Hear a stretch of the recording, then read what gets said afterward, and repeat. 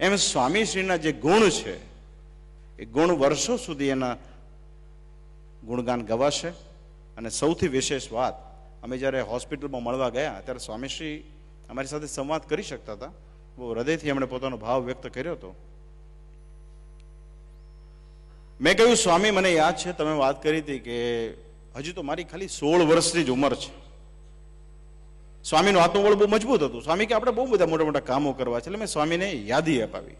ત્યારે સ્વામી કીધું મહારાજની ઈચ્છા હશે તો કરીશું.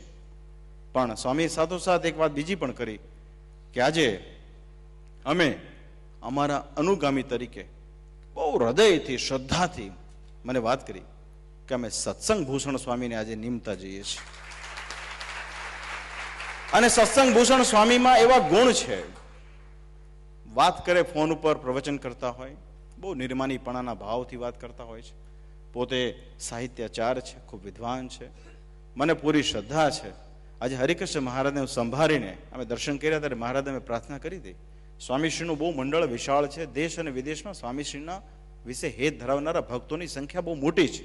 ભક્તો બધા સ્વામિનારાયણના છે, પણ સ્વામીના માધ્યમથી આ ભક્તો આજે બહુ મોટી સેવા કરતા હોય ત્યારે સ્વામીના ભક્તોનું જતન સત્સંગ ભૂષણ સ્વામી હર હંમેશ કરતા રહે એવી અમે હરિકૃષ્ણ મહારાજને પ્રાર્થના કરી છે.